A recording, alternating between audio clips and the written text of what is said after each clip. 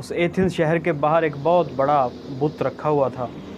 तो लोगों का ये अकीदा था कि इस सारे शहर की हिफाजत ये बुत करता है। और उनका सबसे बड़ा खुदा अपोलो, वो भी एक बुत था। तो वो भी उनका सबसे बड़ा खुदा था, देवता था। तो ऐसे माशरे में सुकरात ने आंख खोली। कहते तो लोग उससे फ़लसफ़ी हैं, लेकिन अगर हम उसके नज़रियात का जायज़ा लें तो आपको ऐसा महसूस होगा कि किसी फ़लसफ़ी की ये ज़ुबान नहीं है, ये किसी नबी, किसी रसूल की ज़ुबान है। गालिब ये हमारा गुमान है, गलत भी हो सकता है, वल्लाहु आलम।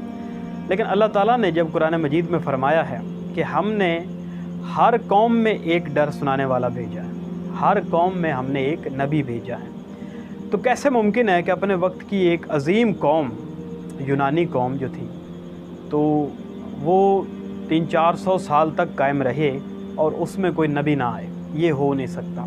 आया ज़रूर होगा, और हो सकता है कि वो सुकरात ही हो। क्यों?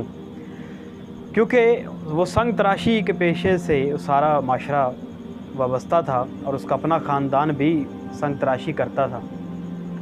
तो जब बड़ा हुआ तो उसे भी वही पेशा इख्तियार करना पड़ा। लेकिन उसके जहन में सवाल आते, उसने सबसे पहले सवाल क्या उठाया कि इतने बड़े शहर की हिफाजत जो है वो एक बुत कैसे कर सकता है?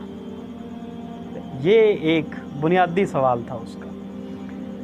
अभी अगर आप अंबिया की तारीख़ पढ़ें तो सुमेरियंस सिविलाइजेशन वही बुत परस्त थी। सूरज, चाँद और एक सैयारे को वो पूजते थे। वहाँ पे इब्राहीम अलैहिस्सलाम ने आके यही सवाल उठाए। मिस्र में मूसा अलैहिस्सलाम ने उनको बुत परस्ती से, उससे पहले यूसुफ अलैहिस्सलाम ने बुत परस्ती से मना किया। इसी तरह कौमों में नबी माबूस होते रहे, बुत परस्ती से रोकते रहे। यहाँ भी सुकरात ने आके यही कहा कि एक बुत जो है वो शहर की हिफाजत कैसे कर सकता है। तो इससे फिर ख्यालात जो भी थे उसने ज़ाहिर किए, अपने लोगों को तबलीग शुरू की कि ये पत्थर के मुजस्मे, ये तो इस शहर की हिफाजत नहीं कर सकते। ये कोई और सुपर नेचुरल अथॉरिटी है जिसने ये सारी तरतीब दी हुई, ये सारी चीज़ें हमारे बेनिफिट के लिए बनाई हुई। इन नज़रियात पर पूरी कौम उसके ख़िलाफ़ हुई और नौजवान नस्ल जो है वो उससे मुतासर भी हुई, और यही होता आ रहा था।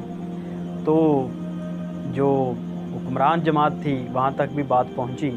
सुकरात पूरे मुल्क में मशहूर होने लग गया। इल्हाद के उसके ऊपर फतवे लगे, यानी काफिर होना, कि ये देवी देवताओं को तस्लीम नहीं करता।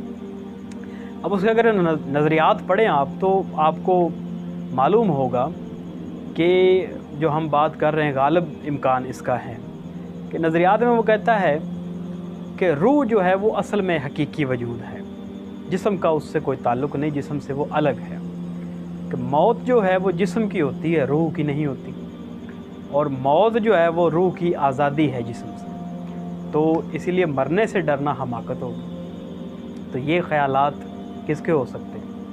लोगों को अपने नज़रियात के बारे में बताता गया तो एक पूरी मुहिम जो है वो उसके ख़िलाफ़ हो गई और उसको अदालत में पेश किया गया। वही जो उनका जमहूरी सिस्टम था उसमें जो उसके ख़िलाफ़ गवाहान थे उन्होंने भी ये उस पर इल्ज़ाम लगाया कि इसने एक तो देवी देवताओं का इनकार किया, दूसरा इस नौजवान नस्ल को बिगाड़ रहा है। तो जब अपनी सफाई देने की बारी आई उस जूरी के सामने, 500 अफराद की जूरी थी, तो सुकरात ने कहा, मतलब सुकरात की जब बारी आई तो उसने ख़ुद को डिफेंड नहीं किया, अपना दिफा नहीं किया, अपनी सफाई में कुछ नहीं कहा, बल्कि उसने जूरी के सामने वही कुछ कहा जो वो कहता आ रहा था। ये था उसका असल सच।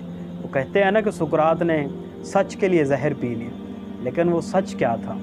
वो यही था कि उसने अपने वही ख़यालात का इजहार उस जूरी के सामने किया, ये जानते हुए भी कि फ़ैसला मेरे ख़िलाफ़ आई। उसने उस माशरे की बुराइयों के ऊपर तनकीद की, उसका जो सिस्टम था माशी, पॉलिटिकल, सोशल, सब पे जितनी भी खामियां थी उसके ऊपर तनकीद की, तो उसकी इस्लाह के लिए अपनी तजावीज़ दी। तो जूरी ने उसको काफिर डिक्लेयर कर दिया।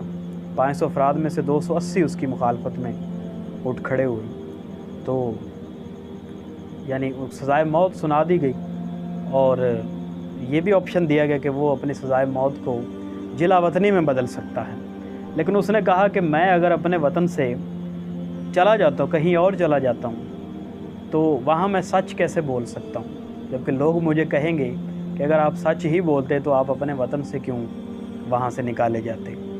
تو چپ میں رہ نہیں سکتا کہیں بھی، اس لیے انہوں نے موت کو ترجیح دی۔ تو انہوں نے وہ زہر کا پیالہ جو ہے وہ پی لیا، اور جب ان کے شاگرد یعنی افلاطون وغیرہ، کرائٹو وغیرہ پاس بیٹھے تھے تو ان کو اس نے کہا کہ یعنی میرے مرنے پہ تم غمزدہ نہ ہو، میں اس سے ایک اچھی جگہ پہ جا رہا ہوں، یعنی میں تو شفٹ ہو رہا ہوں، انتقال ہو رہا ہے میرا، میں کوئی مر نہیں رہا، فوت نہیں۔ تو ان خیالات کو اگر آپ ذہن میں رکھیں تو ہمارا تو غالب گمان یہی ہے کہ وہ سقراط ایک نبی تھا، باقی واللہ عالم غلط بھی ہو سکتا ہے۔